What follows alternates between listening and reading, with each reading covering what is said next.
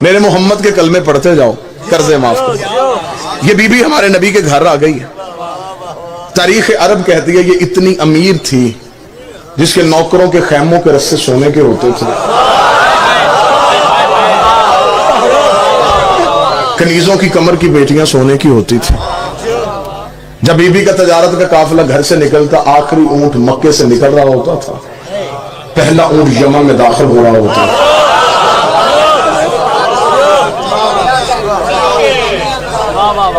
یہ ہمارے نبی کی وہ بیوی ہے جس نے اسلام سے لیا نہیں، اسلام کو دیا ہے۔ شادیاں 9، 11 یا 13 مانو، میں طالب علم ہونے کی حیثیت سے منبر پہ ثابت کر سکتا ہوں، نبی کی ہر بیوی کا بیت المال سے وظیفہ مقرر تھا، سوائے سیدوں کی ماں کے۔ اور یہی وجہ ہے، میری جسارت ہے کہ میں اتنے بہترین علماء کرام کے سامنے یہ لفظ کہہ رہا ہوں، جناب سیدہ نے جب دربار خلافت میں خطبہ دیا تھا تو خطبہ میں ایک لفظ بی بی نے کہا تھا۔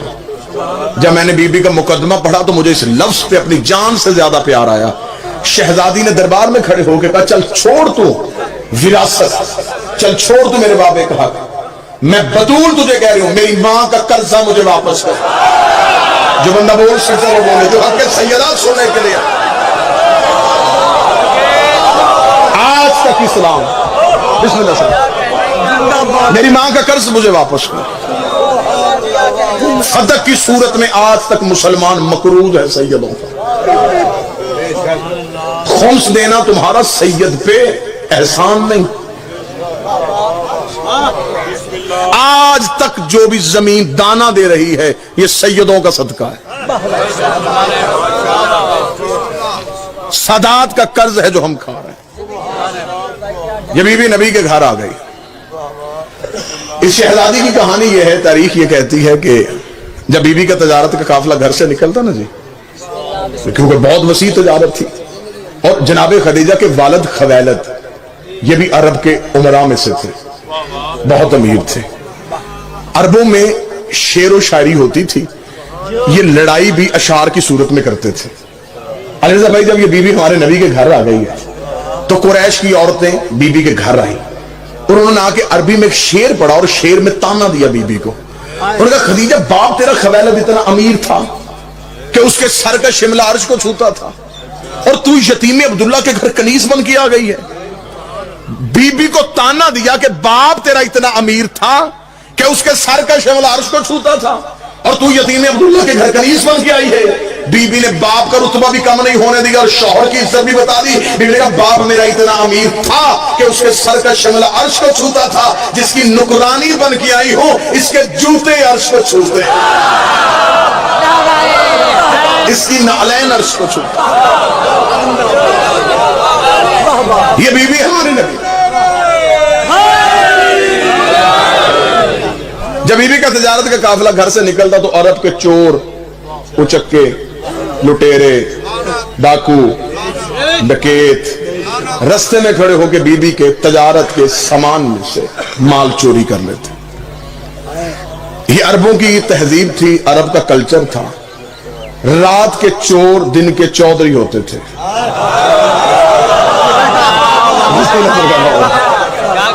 رات کو چوریاں کرنا، دن کو مطمئن ہو کے ڈیرے پہ بیٹھ کے فیصلے کرنا۔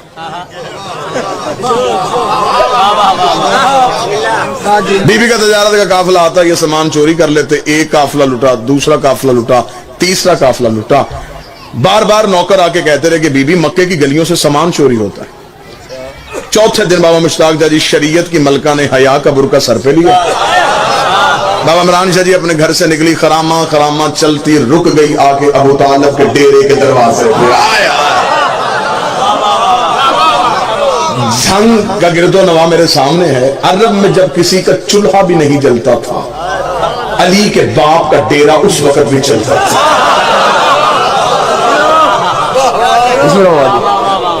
عرب کے فیصلے سیدوں کے ڈیرے پہ ہوتے تھے۔ ڈیرے دار یہ خاندان تھا، مہمان ان کے دروازے سے بھوکا نہیں جاتا تھا، حاجیوں کو یہ کھانا کھلاتے تھے،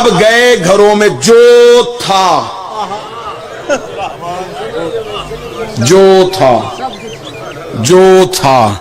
بابا جی اب مجھے معاف کر دیجئے گا، اب میں یہاں پہ جملہ چھپا نہیں سکتا. اب طریق نے یہاں پہ ڈنڈی ماری ہے. مورخ نے اسلامیات اور دینیات میں لکھا ہے فلاں بندہ اپنے گھر میں گیا، اس نے دیواروں پہ ہاتھ مارے، سوئی بھی نہ چھوڑی، سب کچھ اللہ کی راہ میں دے دیا. اس نے اتنے اونٹ اللہ کی راہ میں دے دیے، اس نے اتنے کنویں اللہ کی راہ میں دے دیے. قرآن منبر پہ لے کے آؤ، میں قرآن سر پہ رکھ کے طریق کا ضامن ہو کے اعلان کرنے کے لیے تیار ہو. کسی نے بھی اللہ کی راہ میں نہیں دیا تھا، جس نے بھی دیا ڈبل کروانے کے چکر میں دیا، دگنا کروانے کے چکر. اگر کسی نے اللہ کی راہ میں دیا ہوتا تو خدا قرآن میں ذکر کر دیتا. نہ میں دلیل دیتا ہوں، پریشان نہ ہوں گے آپ، میں دلیل دیتا ہوں. اگر کوئی اللہ کی راہ میں دیتا، خدا قرآن میں آیت بھیجتا، جنہوں نے دیا ان کی روٹیوں کا بھی ہے، جنہوں نے نہیں دیا ان کے اونٹ کا بھی کوئی نہیں. اب گئے جو تھا لا کے حضرت ابو طالب کے. شاید میں اسی موڑ پہ بات ختم کر دوں. بڑا بہترین، بڑا لطیف سا خطابت کا ایک نقطہ آپ کے حوالے. بابا جی اب گئے جو تھا لا کے حضرت ابو طالب کے صحن میں رکھا. کہنے لگے ابو طالب ہم نہیں جانتے وہ کون ہے، سامان دیا تجھے، دگنا لینا ہے تیرے گھر سے آ کے.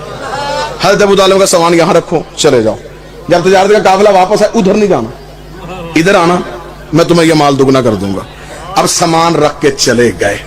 ایک بندہ بھی خاموش رہ گیا تو میں سمجھوں گا کہ میری محنت ضائع ہو گئی. سامان رکھ کے چلے گئے. حضرت ابو طالب نے مسکراتے ہوئے اپنے نوکر کو کہا، خدیجہ کے نوکروں کو بلا. بیوی خدیجہ کے نوکر آئے. حضرت ابو طالب نے سامان پورا کرو، یہی چوری ہوا تھا. ہائے ہائے ہائے ہائے ہائے ہائے ہائے، سامان پورا کرو.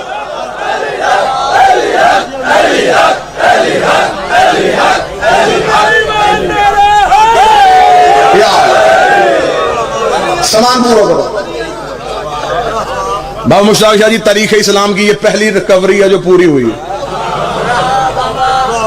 چور اپنے ہاتھوں سے سامان مالک کے گھر چھوڑ کے چلے گئے.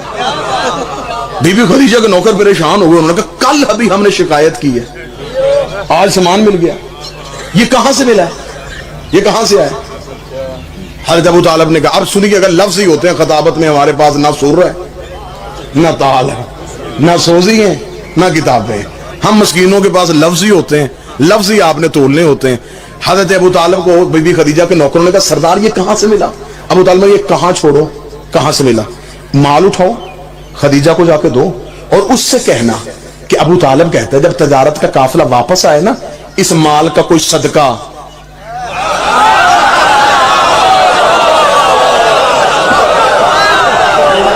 اس کا کوئی صدقہ انہیں دے دیں.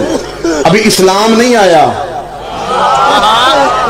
اسلام کی زمین سے خیز ہو گئے. جو بندے چپ کر کے بیٹھے ہیں، میں کتاب کا حوالہ دوں، صحیح بخاری میں لکھا ہے کہ جب غزوہ خیبر کے بعد، جب خیبر کے بعد مسلمانوں کا مال مدینے میں آیا، صحیح بخاری میں لکھا کہ اس دن مدینے کی گلیوں میں مسلمانوں کے بچے سونے کی ڈلیوں سے لیے ہوئے تھے.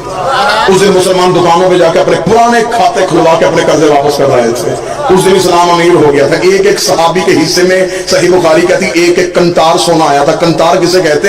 ایک اونٹ کی کھال میں جتنا سونا آ جائے وہ ایک ایک صحابی لے کے اپنے گھر آیا تھا. اور اسی طریقے سے مسلم مشکات میں لکھ دیا گیا کہ جب میرے مولا علی گھر میں آئے تو ہاتھ میں خون سے بھری تلوار تھی. سید اپنے مقام سے اٹھی، امتحان دے کے کہتی ہیں یا علی میں نے بوز و کمبر سے سنا ہے آج اسلام امیر ہو گیا ہے، آج مسلمانوں کے بچے سونے کی ڈلیوں سے کھیل رہے ہیں، اور یہ بھی میں نے سنا ہے مذہب کو بھی آپ نے قتل کیا ہے، قلعہ کموس میں علم بھی آپ نے گاڑا ہے، یا علی فتح بھی تیرے صدقے سے ہوئی ہے.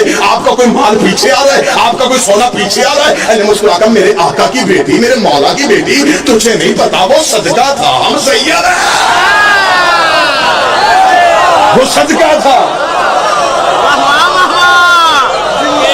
ہم سید ہیں. صدقہ کھانے والا سید نہیں ہوتا، اور جو سید صدقہ کھا لے پھر اسے علی ولی اللہ سمجھ میں نہیں آتا.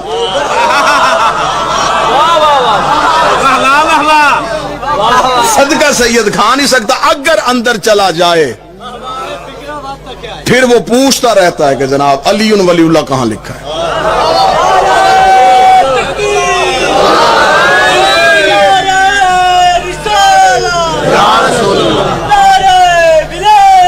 علیہ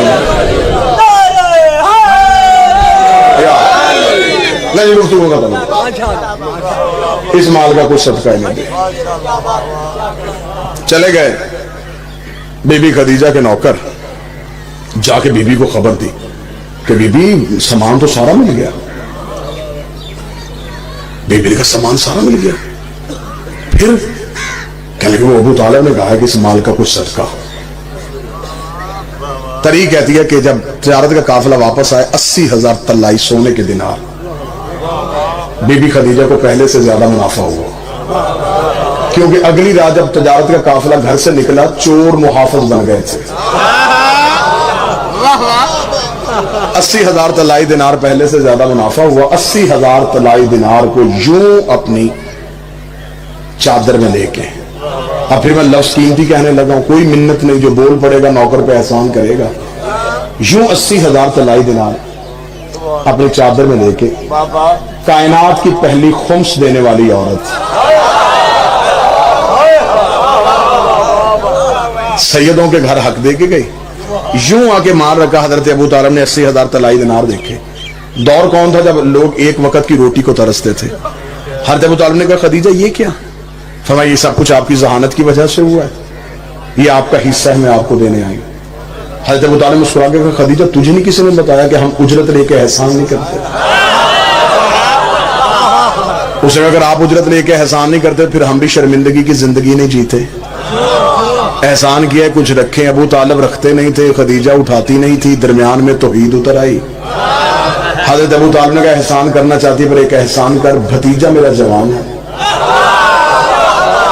حکم کیا تھا میرے بھائی نے، یہی سطر پڑھ دیتا ہوں، میرے بڑے بھائی عبداللہ کا بیٹا ہے، نام اس کا محمد ہے. اگلا جو تیرا تجارت کا قافلہ جائے اس میں میرا محمد ساتھ لے کے جانا، ہم تمہیں بتائیں کہ ہم کون ہوتے ہیں. اگلی صبح شریف ترین چچا اپنے شریف ترین بھتیجے کو نوکری دلوانے کے لیے خدیجہ کے محل کے دروازے پہ پہنچا. ملکہ شرافت اپنے بستر طہارت سے تڑپ کے اٹھی، حریر و رندید کے پردوں کو پیچھے ہٹا کے دیکھا. بچپن میں جسے خواب میں دیکھا کرتی تھی مجسم محمد کی صورت میں دروازے پہ کھڑا تھا. بیوی نے نوکروں کی لائن لگی ہوئی میں سے ایک نوکر کو اٹھایا، نام اس کا میسرہ تھا. لیکن میسرہ اٹھ جا، یہ ہے سردار ابو طالب، یہ ہے اس کا بیٹا، اس نے آج رات قافلے میں ساتھ جانا ہے. میسرہ تیرا صرف ایک ہی کام ہے، نہ تو نے بوری اٹھانی ہے، نہ تو نے بوری رکھنی ہے، نہ تو نے مال بیچنا ہے، نہ تو نے نفع گننا ہے، نہ تجھے نقصان کا کوئی خطرہ ہونا چاہیے. میسرہ تو نے کوئی تجارت کا کام نہیں کرنا. بیوی پھر میں نے کرنا کیا ہے؟ بیوی کہتی تیرا صرف ایک ہی کام ہے، ذمہ داری میں تجھے دے کے بھیج رہی، تو نے اس محمد کے پیچھے سایہ بن کے رہنا ہے، اس محمد کے پیچھے سایہ بن کے رہنا ہے. مجھے واپس آ کے بتانا اس کا اٹھنا کیسا ہے، اس کا بیٹھنا کیسا ہے، اس کا سونا کیسا ہے، اس کا جاگنا کیسا ہے، اس کا چلنا کیسا ہے، اس کے چلنے کے طریقے کیا ہیں، اس کے کھانے کے طریقے کیا ہیں، اس کے پہننے کے آداب کیا ہیں، اس کے بولنے کا طریقہ کیا ہے. میسرہ سایہ بن کے پیچھے چلے جا. میسرہ نے ایک نظر پیغمبر کو دیکھا، پھر بیوی کو دیکھا، پھر پیغمبر کو دیکھا، پھر بیوی کو دیکھا. بیوی اس کا سایہ بنا رہی ہے، اس کا تو اپنا سایہ ہی کوئی نہیں. اس کا سایہ بنا رہی ہے، اس کا تو اپنا سایہ ہی کوئی نہیں ہے. ذاکرین کی مجلس ہے، ہر ایک ذاکر یہاں بانی کی حیثیت سے یہیں پہ ختم کر دیتا ہوں. چلا گیا. میسرہ بے چینی سے بی بی خدیجہ انتظار کرتی رہی. میسرہ واپس آیا. میسرہ نے محل کا دروازہ کھولا. بی بی دیکھ رہی. میسرہ خبردار یہ نہیں بتانا کس شہر میں زیادہ تجارت ہوئی، کس میں کم ہوئی، کتنا نفع ہوا، کتنا نقصان ہوا. میسرہ تجارت کی نہیں، مجھے میری عبادت کی باتیں بتا. میسرہ دیکھا تھا بی بی میں تجھے کیا کیا باتیں بتاؤں. یہ محمد عربی جنگل میں جاتا تھا، درندے اس کے پاس اپنی فریادیں لے کے آتے تھے، درخت سے جھک جھک کے سلام کرتے تھے، پرندے اپنے پروں کا اس کے سر پہ سایہ کرتے تھے، ذرے سے اٹھ اٹھ کے درود پڑھتے تھے. بی بی جہاں بھوک لگتی جنت سے کھانا آ جاتا تھا، جہاں پیاس لگتی ٹھوکر مارتا چھت پہ اوپر آتے تھے. بی بی جبریل اس کے پیچھے چلتا تھا، میکائیل اس کے قدموں کی دھول کو صاف کرتا تھا، آسمان کی بدلی اس کے سر پہ سایہ کرتی تھی. بی بی دیکھتی میں سب چپ ہو جا، اتنا بتا عیب تو نہیں دیکھا. دیکھ تیری عزت کی قسم، یا وہ بے عیب ہے یا پھر یہ بے عیب. نہ اس میں کوئی ہے نہ اس میں کوئی ہے. خوش ہو گئی سیدوں کی ماں، خوش ہو کے بی بی نے کہا میسرہ 100 اونٹ سونا، 80 اونٹ چاندی، یمن کی ساری جائیداد تیری. کہاں چلا گیا؟ جھنگا مجمع. 100 اونٹ سونا، 80 اونٹ چاندی، 100 اونٹ سونا، 80 اونٹ چاندی، یمن کی ساری 100 اونٹ سونا، غریب ہے یہ. 80 اونٹ چاندی, یمن کی ساری جائیداد تیری. جتنا چپ مجمع ہوا اتنا ہی میسرا ہو گیا. اس نے کہا 100 سونا 80 اونٹ چاندی یمن کی ساری جائیداد. بیوی کیوں؟ فرمایا تو تجارت کر کے آیا تو میں بھی تجارت کر رہی ہوں. ابھی مجھ سے تجارت کر رہی بیٹی, یہاں تجارت ہے. 100 سونا تو رکھ لے, 80 اونٹ چاندی تو لے لے, یمن کی ساری جائیداد تیرے نام کر دیتی ہوں. کام صرف اتنا کر, میری شادی کا پیغام لے کر ابو طالب کے گھر سے میری شادی کا پیغام لے کر وہ طالب کے گھر چلے جا. میں دیکھ کر بیوی 100 سونا 80 اونٹ چاندی یمن کی ساری جائیداد. نہ بیوی تیرا کام مشکل ہے, تیری اجرت تھوڑی ہے. تیرا کام مشکل ہے, تیری اجرت تھوڑی ہے. بیوی کہتی آخر تو نے نوکر ہو کے اپنی اوقات دکھا دی, منہ سے بول تجھے کیا چاہیے. میں محمد کی جوتی سے مار کے تجھے دے دیتی ہوں. میں ایسا دیکھ رہا اپنا سونا تو رکھ, تیری چاندی تجھے نصیب ہو, تیری جائیداد تجھے مبارک ہو. پیغام لے کے چلا میں جاتا ہوں. اگر محمد تیرے مقدر کا مالک بن گیا پھر مجھے اتنا یقین ہے جنت تیری اولاد کی محبت کا نام. مجھے کیا ضرورت ہے میں سونا لوں, مجھے کیا ضرورت ہے میں چاندی لوں. زیادہ کر بی بی جنت کا. بس بس جلدی ختم کیجیے گا.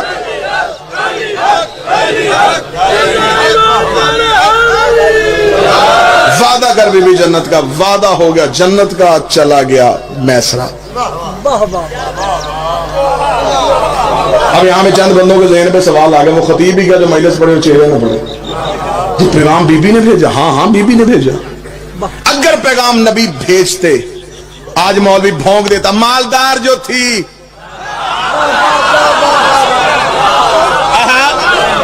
اسلام کو پیسے کی ضرورت تھی, عرب کی شہزادی کو شادی کا پیغام بھیج دیا.